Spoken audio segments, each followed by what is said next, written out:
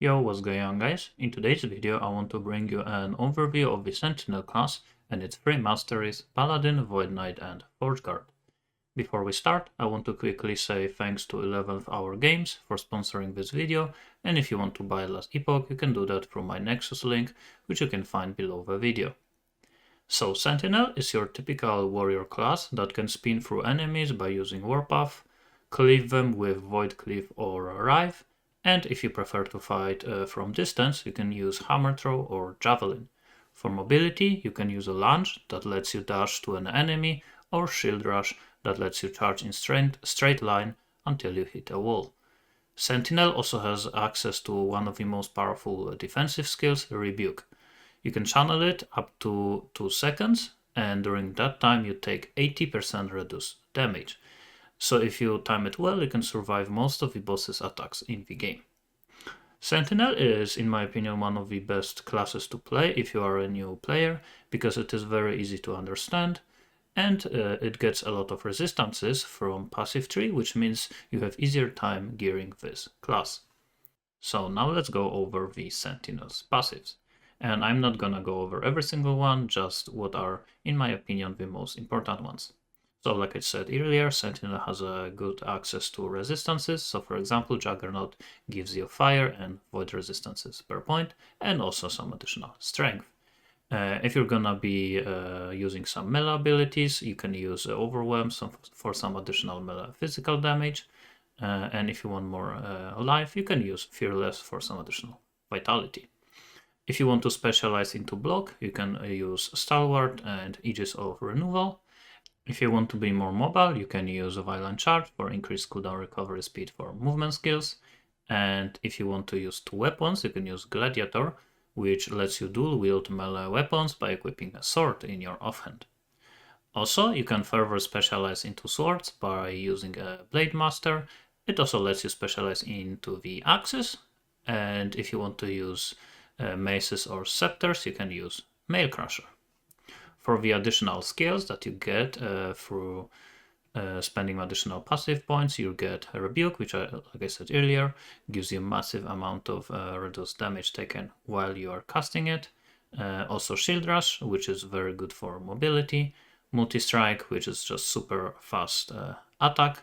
And Smite, which is actually the only spell that Sentinel class has, which basically lets you smite enemy with a bolt of holy fire, and it deals damage and also heals you and your allies that stand near the target. Now let's go over the Sentinel's masteries, starting with Paladin. So Paladin is a holy warrior that focuses on dealing fire, lightning and physical damage, while at the same time it provides massive amount of healing and defenses for you and your allies, which means it is an excellent choice if you want to play in party with other people. If you choose this mastery, you're gonna deal additional fire, lightning and physical damage equal to your percentage health remaining, and also you're gonna get additional healing effectiveness per point of attunement. As your special mastery skill, you get Holy Aura, which gives you and your allies additional 30% increased damage and 15% elemental resistances.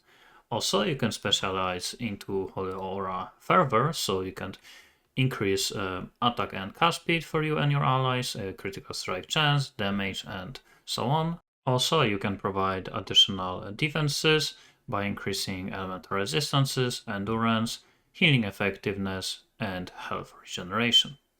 And the other skills you get by specializing into Paladin are Healing Hand, which basically lets you heal your allies, Sigil of Hope, which is a powerful buff that gives you and your allies additional fire damage and health regeneration, and again, you can specialize into it further for more benefits. And last skill is Judgment, which is powerful melee attacks that not only deals damage, but also leaves consecrated ground, which heals you and your allies. Paladin's passive points provide a lot of defenses through Defiance, which gives you additional elemental resistances, Valor, additional health and healing effectiveness, Blinding Life for chance to bleed and additional endurance, Holy Icon for necrotic resistances, healing effectiveness and health, Faith Armor for additional armor and critical strike avoidance, prayer edges for additional health and endurance threshold, and also you can increase your block effectiveness and chance to block, and you can heal yourself whenever you block, and then this heal also can heal your allies. For additional damage, you can take Conviction, which gives you increased physical, fire, and lightning damage, and also penetration to all of these damage types. Also, you can take Light of Ryef, which gives you increased fire and lightning damage, on top of some additional movement speed. Reverence of Duality gives you both defense and damage by giving you health, damage, healing effectiveness, and a little bit of mana. Sanctuary Guardian gives you armor and spell damage if you wield a shield. And if you want to specialize into crit, you can use Holy Precision, which gives you spell crit chance, throwing crit chance, and crit multiplier with lightning skill. If you want to focus on bleed, you can use Penance for melee and throwing attacks have a chance to cause bleed, and also bleed you and inflict, penetrate physical resistances. If you are looking for Paladin builds, you can actually check out Maxroll, where you can find build guides. So for example, Electrify Javelin Paladin, Holy Trail Javelin Paladin, and Shield Throw Paladin. Now let's go over the second mastery, which is Void Knight. So Void Knight focuses on dealing melee void damage and void damage over time. It also has an access to a special mechanic called Echo. So the way it works is when you deal a melee or throwing attack or a void spell, you have 10% chance that it's gonna be repeated by an echo half a second later.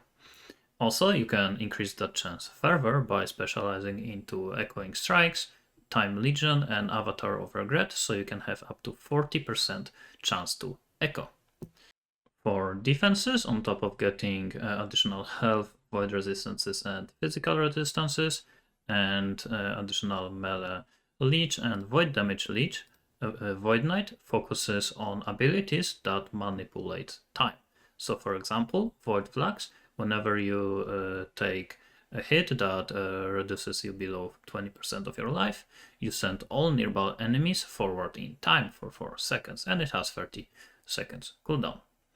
The next thing you can do is use Volatile Reversal, which returns you to position you were 2 seconds ago, and it also changes your health and mana to that time. Also, Anomaly is an ability that sends enemies forward by 5 seconds, and you can also reactivate this ability to just immediately bring them back in time. To deal damage, on top of echoing his skills, Void Knight can create Void Rift through killing enemies with Erasing Strike or Devouring Orb. And Erasing Strike is a mana ability and Devouring Orb is a spell. And when you create a rift, it deals void damage to enemies, and more rifts you create, it deals more damage up to 120%.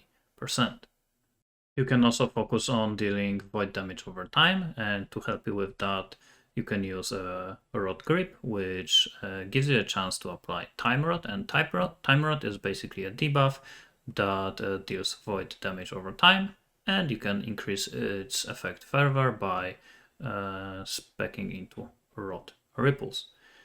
You can also convert some of the abilities damage to void. For example, thanks to Temporal Corruption, you can convert Smite's damage from fire to void.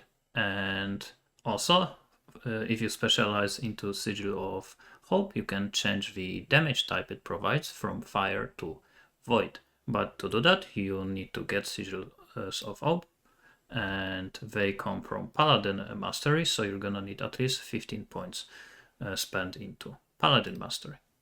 And again, if you are looking for Void Knight build guides, you can check out Maxroll. So for example, here there is Echo, Warpath, Void Knight guide, and I'm sure in the future there's gonna be more of them in here. And now let's talk about the last Sentinel's mastery, which is Forgeguard. And Forgeguard is a summoner tank type of character, so it gets additional physical and fire resistances, and also it gets additional armor for each hit it takes in the last 10 seconds. So basically, if you play Forgeguard, you want to take hits to increase your defenses. And to further improve that playstyle, you can take Battle Hardened, which gives you additional physical resistances and armor when you get hit. Also, you can take Rallying Block, which gives you additional armor if you block recently. And then, thanks to Thornmail, you can deal damage to your enemies when they hit you. And also, thanks to Avatar of War, you deal increased melee damage for each hit you take in the last 10 seconds. So again, you want to take hits to have more defense and also to deal more damage.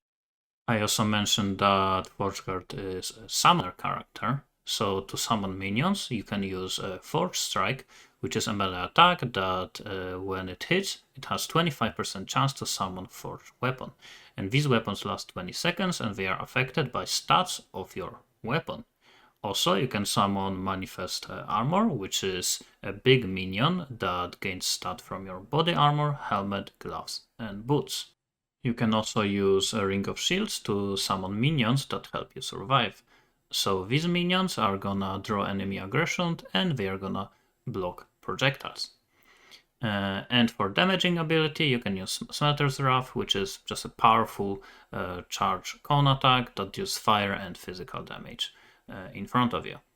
And since ForgeGuard is a very tanky character, you're probably gonna use a shield when you play this mastery. So you also get Shield Throw, which is basically a skill that throws a shield, which ricochets up to 2 additional enemies. You can also specialize into Shield Throw, so that instead of dealing damage with this ability, you're gonna throw it to your Manifest Armor, and when you do that, it's gonna perform a sweeping melee attack. So to summarize this mastery, the main way you're gonna play it and build it is through investing into your defenses. You're gonna take damage to increase your defenses even further, and to deal damage you're gonna summon minions through Forge Strike, Manifest Armor, and a Ring of Shield. And if you are looking for build guides for this mastery, you can check out Maxroll for Ignite Shield Rush and Manifest Armor ForgeGuard build guide. Now let's summarize the Sentinel class. So it doesn't matter which master you're gonna play, you're gonna have an easy access to resistances, so you can get fire and void resistance just by playing Sentinel. If you play Paladin, you get access to elemental resistances and necrotic resistances. If you play Void Knight, you get access to void and physical resistances, and ForgeGuard get access to physical resistances and additional armor. Also, if you noticed, all of these passives are very early on in the passive tree. So even if you, let's say, play Paladin, you take elemental resistances and the necrotic, you can still just go for void and physical and increased armor and physical resistances from the other trees. For defenses, Paladin relies on healing and powerful buffs like Holy Aura and Sigils of Hopes. Void Knight relies on abilities that lets him manipulate time, like Void Flux, Anomaly, and Volatile Reversal. And Voidguard just simply stacks a ton of defenses, and he gets more defense depending on how many times he has been hit recently. And also he can summon a Ring of Shields, which are minions that draw enemy aggression and block projectiles. To deal damage, ForgeGuard summons minions through Forge Strike and Manifest Armor. It can also deal damage through Shield Throw and Smelter's Wrath. Paladin focuses on dealing fire, lightning, and physical damage, and he increases his damage further thanks to powerful buffs like Holy Aura and Sigil of Hope. Void Knight focuses on dealing void damage and takes advantage of his special mechanic called Echo, which lets him repeat his abilities half a second later. If you want to play in a party, I would suggest playing Paladin because he provides powerful bonuses to your party thanks to Holy Aura, which gives additional resistances and damage, and you can specialize into it further for additional resistances, attack and cast speed, crit chance, crit damage, and so on. And also you can use Sigils of Hope, which is even more damage and defenses. So for example, Empowered Sigils gives you and your party additional damage.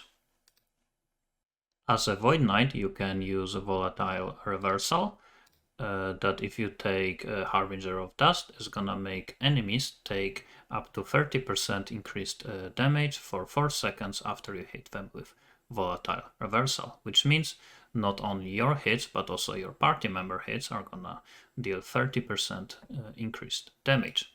And for the defenses, you can use Anomaly, which is gonna send enemies forward by 5 seconds.